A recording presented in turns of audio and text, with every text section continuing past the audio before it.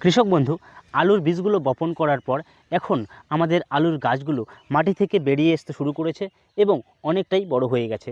তো এখন আমাদের যে প্রথম পদক্ষেপ সেটি হচ্ছে আলুর প্রথম স্প্রে।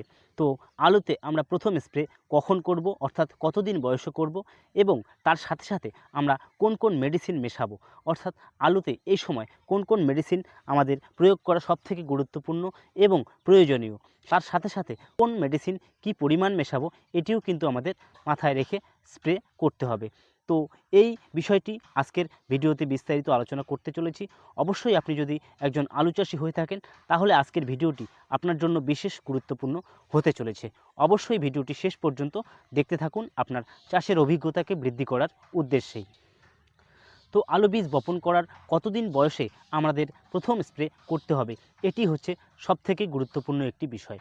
তো আলুতে প্রথম স্প্রে করার আগে আমাদের যে বিষয়টি ভাবতে হবে সেটি হচ্ছে আপনার এলাকার আবহাওয়ার কী পরিস্থিতি রয়েছে সেটির উপর ভিত্তি করেই কিন্তু আপনাকে আলুর প্রথম স্প্রে করতে হবে। এমন না যে 10 দিন কি 15 দিনের মধ্যেই আপনাকে আলুর প্রথম স্প্রে করতেই হবে।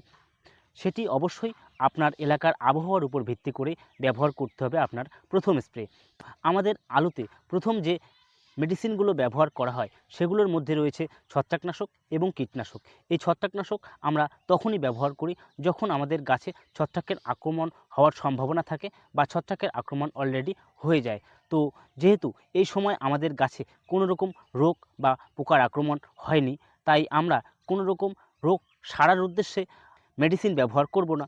এবার আমরা এই সময় যে মেডিসিনগুলো ব্যবহার করব সেই মেডিসিন ব্যবহার করার উদ্দেশ্যই হচ্ছে আমাদের যাতে কোনো রকম রোগ বা পোকার আক্রমণ আমাদের গাছে করতে না পারে, অর্থাৎ প্রতিরোধমূলক পরিচর্যা আমাদের এই সময় করতে হবে। তো প্রতিরোধমূলক পরিচর্যা করার জন্য আমাদের এই সময় যে মেডিসিনগুলো নিতে হবে সেই মেডিসিনগুলোর মধ্যে অবশ্যই আমরা যে মেডিসিন ব্যবহার করব সেটি যাতে প্রতিরোধমূলক পরিচর্যার জন্য সবথেকে গুরুত্বপূর্ণ ভূমিকা পালন করে, এই উদ্দেশ্যে আমাদের মেডিসিন নিতে হবে। তো ছত্রাকনাশক বা কীটনাশক যেটিই বলুন, এই মেডিসিনগুলো আমরা বাজারে দুই ধরনের পেয়ে থাকি। একটি হচ্ছে কন্ট্যাক্ট ছত্রাকনাশক বা কীটনাশক, অপরটি হচ্ছে সিস্টেমিক ছত্রাকনাশক বা কীটনাশক। তো এই কন্ট্যাক্ট মেডিসিনগুলো আমরা কখন ব্যবহার করব এবং সিস্টেমিক মেডিসিনগুলো আমরা কখন ব্যবহার করব, এটি হচ্ছে সবথেকে গুরুত্বপূর্ণ বিষয়। আমাদের গাছে এখনও পর্যন্ত কোনো রকম রোগ বা কোনো রকম পোকার আক্রমণ যেহেতু হয়নি, তাই আমরা প্রতিরোধমূলক পরিচর্যা এই সময় করব। আর এই সময় প্রতিরোধমূলক পরিচর্যা করার জন্য আমাদের যে মেডিসিনগুলো নিতে হবে সেগুলোর মধ্যে হচ্ছে কন্ট্যাক্ট ছত্রাকনাশক বা কীটনাশক। এই কন্ট্যাক্ট ছত্রাকনাশক হিসেবে আমরা যে ছত্রাকনাশকগুলো বাজারে পাই সেগুলোর মধ্যেই আমাদের বেছে নিতে হবে এই সময়ের জন্য আলুর প্রথম স্প্রেতে। আর যখন কোনো রকম ছত্রাকের আক্রমণ অলরেডি গাছে হয়ে আসবে বা আক্রমণ হয়ে গাছের ক্ষতি হতে শুরু করেছে, এই সময় আপনাকে অবশ্যই সিস্টেমিক এবং কন্ট্যাক্ট দুই ধরনের মেডিসিন ব্যবহার করতে হতে পারে, অথবা আপনি বাজারে অনেক ধরনের মেডিসিন পেয়ে যাবেন, এই দুই রকম পদ্ধতিতেই কাজ করে থাকে। তো অবশ্যই এই বিষয়টি আপনাকে খেয়াল রাখতে হবে।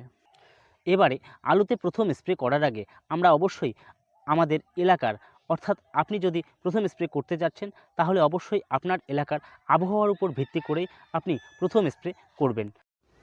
সেটা হতে পারে আলু বীজ বপন করার 15 দিন পর অথবা 20 থেকে 22 দিন পর। সেটা অবশ্যই নির্ভর করবে আপনার এলাকার আবহাওয়ার উপর। আবহাওয়া যদি অতিরিক্ত নিম্নমুখী, অর্থাৎ কুয়াশাচ্ছন্ন আকাশ থাকে, তাহলে অবশ্যই আপনাকে চারা মাটি থেকে বেরোনোর পর থেকেই ব্যবস্থা গ্রহণ করতে হতে পারে। আর যদি আবহাওয়া উষ্ণ থাকে, যথেষ্ট পরিমাণে তাপমাত্রা থাকে, তাহলে অবশ্যই 15 থেকে 20 দিন পর আপনি প্রথম স্প্রে ব্যবহার করতে পারবেন।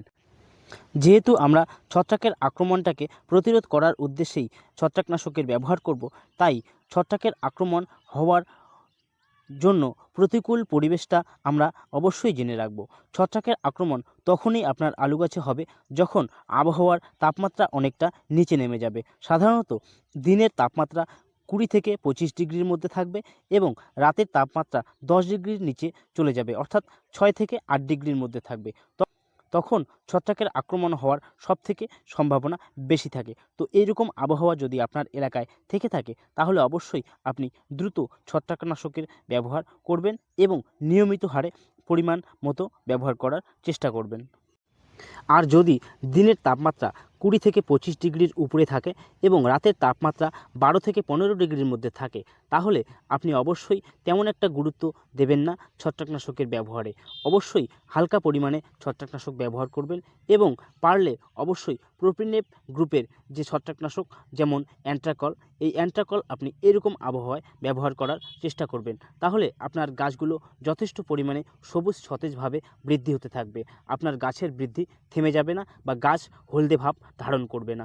অবশ্যই গাছে সবুজ সতেজ ভাব বজায় রাখতে আপনি এরকম আবহাওয়ায় অবশ্যই অ্যান্ট্রাকল ব্যবহার করার চেষ্টা করবেন। তবে আপনি চাইলে ম্যানকোজেব 75% গোত্রের যে কোনো ছত্রাকনাশক ব্যবহার করতে পারেন, অথবা যে কার্বনডাজিম গ্রুপের যে কোনো ছত্রাকনাশকও আপনি ব্যবহার করতে পারেন। তবে যদি আপনার গাছের পাতা হলদে ভাব ধারণ করে থাকে, তাহলে অ্যান্ট্রাকল ব্যবহার করাটাই সবথেকে বুদ্ধিমানের কাজ হবে। তবে আপনি চাইলে ইন্ডোফিল অথবা ম্যানকোজেব 75% গোত্রের যে কোনো ছত্রাকনাশক ব্যবহার করতে পারেন এবং তার সাথে সাথে আপনি গাছের সবুজ সতেজ ভাব ফিরিয়ে আনতে অবশ্যই চিলেটেড জিঙ্ক ব্যবহার করবেন। যে চিলেটেড জিঙ্ক আমরা 12% হারে বাজারে পাই, সেই চিলেটেড জিঙ্ক আপনি ব্যবহার করার চেষ্টা করবেন এবং আপনার গাছের দ্রুত সবুজ সতেজ ভাব বৃদ্ধি করতে এবং গাছের চেহারা বৃদ্ধি করতে বা গাছের শেকড় বৃদ্ধি করতে আপনি চাইলে এই স্প্রেতেই আপনি অবশ্যই হিউমিক অ্যাসিড ব্যবহার করতে পারেন।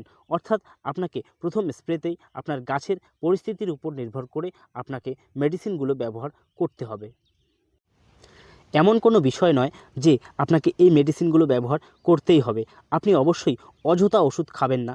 অবশ্যই আপনার শরীরে কোনো সমস্যা হলে তখনই ওষুধ খাবেন এবং শরীরকে সুস্থ রাখার চেষ্টা করবেন। ঠিক তেমনই আপনার আলু গাছে যদি কোনো রকম সমস্যাই না থাকে, তাহলে অযথা আপনি আলু চাষের খরচ বৃদ্ধি করার চেষ্টা কেন করবেন?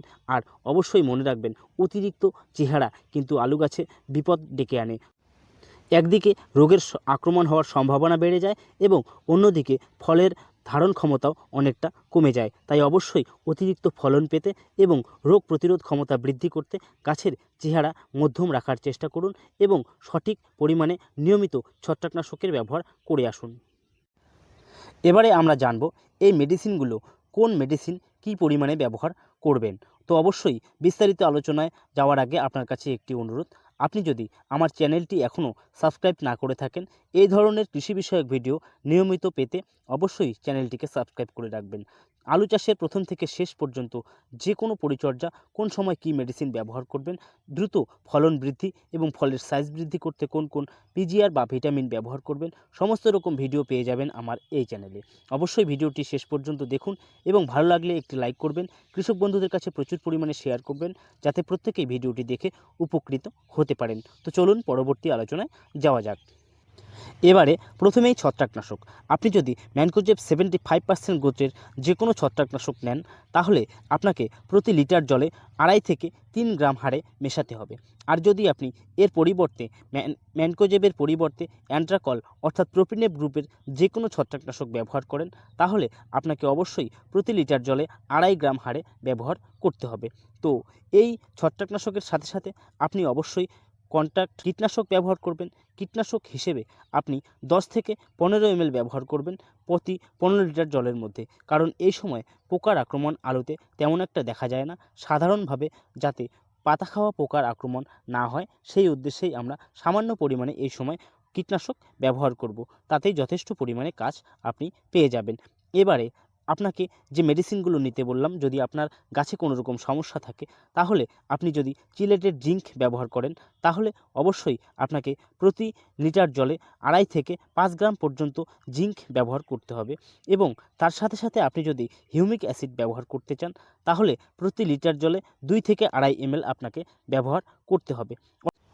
এই মেডিসিনগুলো আপনি অবশ্যই একই সাথে ব্যবহার করতে পারেন, তবে আপনি চাইলে যদি কীটনাশকটি আলাদা ব্যবহার করতে পারেন, তাহলে সবথেকে বেশি ভালো কাজ আপনি পাবেন এবং এর সাথে সাথে আপনার গাছের চেহারা যদি অনেকটাই নিম্নমানের হয়ে থাকে, তাহলে এর পরবর্তী স্প্রেতে আপনি এনপিকে 19-19-19 এই সারটি ব্যবহার করার চেষ্টা করবেন। দ্রুত আপনার গাছ সবুজ সতেজভাবে নতুন করে আলাদা রকম রূপ নিয়ে বৃদ্ধি হতে শুরু করবে। তো কৃষক বন্ধু, আজকের ভিডিওটি এই পর্যন্তই। শেষ পর্যন্ত ভিডিওটি দেখার জন্য আপনাকে অসংখ্য ধন্যবাদ।